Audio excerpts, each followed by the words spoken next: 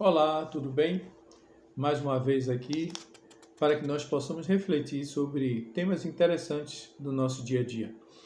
E eu quero pedir a vocês, primeiro agradecer, a todos que têm se inscrito no canal. Muito obrigado. Estamos crescendo, essa família, essa grande família está crescendo. E muito obrigado pelos comentários, muito obrigado pela manifestação que vocês têm declarado lá no nosso canal. Continue curtindo os nossos vídeos, continue compartilhando, anuncie aí aos seus amigos, a todos, para que nós possamos continuar, e ser motivados a que nós possamos colocar mais vídeos, mais interessantes, com mais temas relevantes para o nosso dia a dia. E para nós, refletirmos hoje, sobre alguma informação, nós temos ouvido muitos comentários sobre muitas coisas, A gente está preparando alguns vídeos aí sobre AI-5, sobre ditadura militar, São fatos históricos que nós vivenciamos, E que nós achamos interessante trazer, para que, na verdade, todos os brasileiros, independente de política, de partido, isso é a história do nosso Brasil.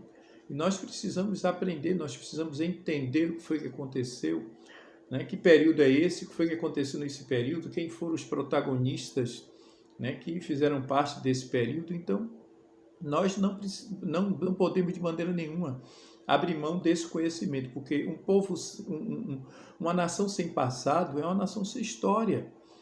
Então, nós precisamos solidificar em nossa mente e em nosso coração a história da nossa nação. Até porque é bíblico, que nós devemos ali, atuar, como protagonista em favor da nossa nação. Então, eu quero trazer um tema muito interessante, e relevante para os nossos dias, que é o estado de sítio. O estado de sítio. Nós ouvimos, recentemente, alguns comentários, sobre esse estado de sítio. E, na realidade, o que é esse estado de sítio? Bom, para que nós possamos entender exatamente o que é o estado de sítio, nós temos em nosso Brasil uma Constituição, que a Constituição foi promulgada em 1988, E nós vivemos, o Brasil vive sob a égide, dessas leis, são as leis constitucionais, que está no topo, no topo da pirâmide. Ela é quem abaliza, todas as outras ordens legais, em nosso país. Então, ela é a base, ela está em cima, ela está lá no topo dessa pirâmide. E essa Constituição, ela é quem regula, todas as coisas que devem, acontecer no Brasil, que regula, a nossa forma de agir, a nossa forma de atuar, o governo, as pessoas. Então, eu até sou a favor, de que essa Constituição ela fosse ensinada, nas escolas a todos, desde de criancinha, não só a Constituição, como outras coisas também que nós entendemos seja necessário, talvez pelo fato de eu ser professor, talvez eu tenha esse interesse, e essa visão também. Mas com certeza seria interessante, de que nós, desde cedo, pudéssemos ajudar, as crianças, além de aprender, o que a palavra de Deus diz que no caminho que deve andar, também, a obedecer, a conhecer para obedecer às leis, e começando pela Constituição. Porque eu fico, às vezes, me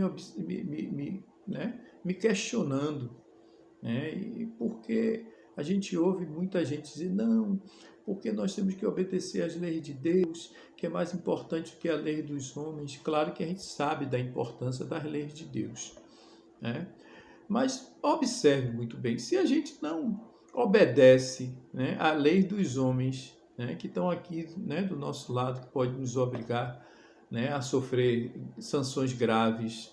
Como é que a gente vai obedecer à lei de Deus? Né? Como é que muitos vão obedecer à lei de Deus? Isso nem obedece à lei do homem. Né? Então é só para nossa reflexão. Né? A gente vê aí nas redes sociais, né, muitos comentários em relação a isso, mas será que verdadeiramente a gente está só falando, né, que devemos ou que devem, né, que se devem obedecer à palavra de Deus, né, ou a gente realmente obedece à palavra de Deus, né? Porque se a gente obedecer realmente à palavra de Deus, a gente tem por obrigação de obedecer à palavra do homem, porque é a ordem do próprio Deus que a gente, né, obedeça.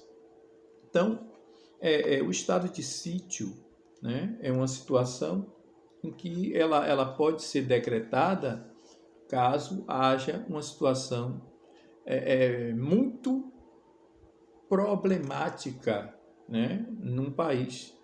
Por exemplo, uma grande calamidade, né, guerra, né, até em caso de pandemia mesmo, né, na questão sanitária, desde que seja uma coisa muito profunda, muito séria, né, então, que haja, né, a necessidade do governo central para que ele possa, né, ter condições de realizar alguns trabalhos, né, algumas ações sem que haja resistência, sem que haja impedimento, né, desde que ele seja um grupo responsável, né, em agir, em atuar, né, de forma a colaborar, né, com a ordem social e com a ordem democrática do direito. É essa, então, a atribuição que é dado ao governo federal a colocar em prática esse estado de sítio. A gente ouve, né, conversas aí de que os governadores queriam implantar o estado de sítio, alguém falando, não tem isso não, o governador nem pode fazer isso, né? Só quem pode fazer isso é o governo federal. Né? E outra coisa, o estado de sítio traz assim algumas características peculiares bem diferentes do que está acontecendo. Então não tem o que se falar em governadores e prefeitos querendo implantar estado de sítio, isso é conversa. Então eu vou ler aqui, né, alguns artigos para que vocês tenham uma ideia, né, e vou indicar outros para que o vídeo não fique muito longo, né, vou indicar outros artigos, né, da Constituição, né, de 1988, né, para que vocês possam, né, clarear um pouco mais a ideia de vocês e até quando vocês forem emitir a opinião de vocês, vocês emitirem a opinião com base legal.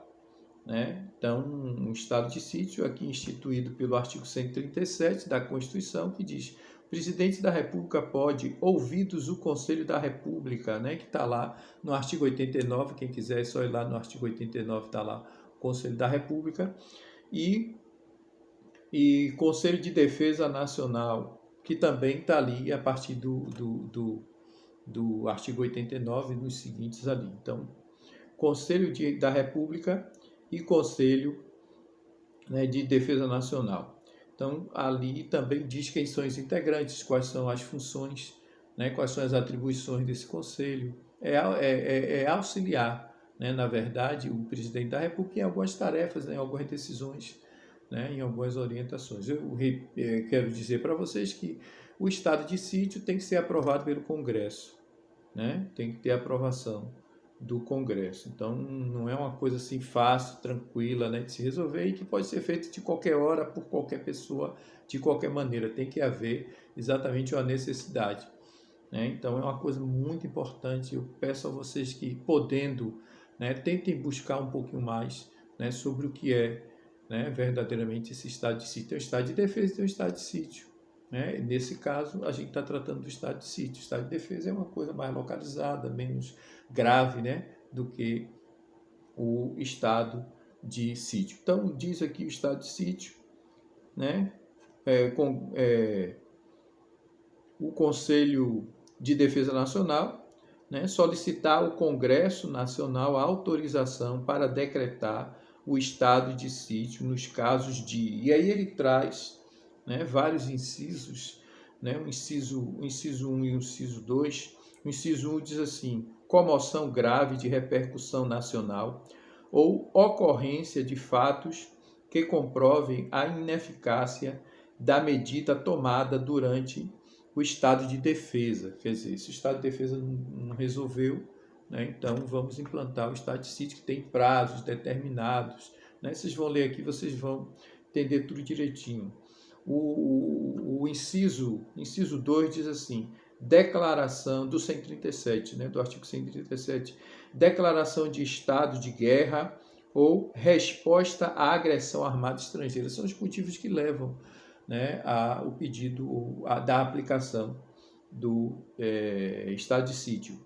Tem um parágrafo único que é bem interessante, diz assim: o presidente da República, ao solicitar autorização para decretar o estado de sítio ou sua prorrogação, relatará os motivos determinantes do pedido, devendo o Congresso Nacional decidir por maioria absoluta, né? Não é maioria simples, é maioria absoluta, é um pouco mais difícil. Aí tem o artigo 138, na verdade a gente vai aqui, né, até o artigo 141, né, onde a gente tem as disposições gerais. Né? Então, seria interessante, né, que os senhores dessem uma olhada. Né? Hoje em dia a gente tem fácil acesso, né, a essas informações, é só abrir ali a Constituição, procurar o artigo 137, né? E ali também os artigos 89 e seguintes, para que vocês possam, né, conhecer um pouco mais, né, do que essas coisas que se falam por aí, ok? Então, nós estamos preparando também outros vídeos, né, com informações que são relevantes, né, para o nosso dia a dia, para que nós possamos entender, né, como é o funcionamento da máquina política, né, pública, né, como é que tudo funciona, como é que a Constituição, o que é que a Constituição faz, qual é a importância dela, né, qual é o valor que ela tem. Então, todas essas coisas são necessárias para que a gente possa até, né, se desenvolver, porque tudo depende, né, de nós buscarmos o conhecimento. Então, muito obrigado, até a próxima. Não esqueça, continue se inscrevendo no canal e curtindo lá os nossos vídeos, né, dando seu like, tá bom? Dá o like nesse aí e tudo de bom para vocês. Até a próxima.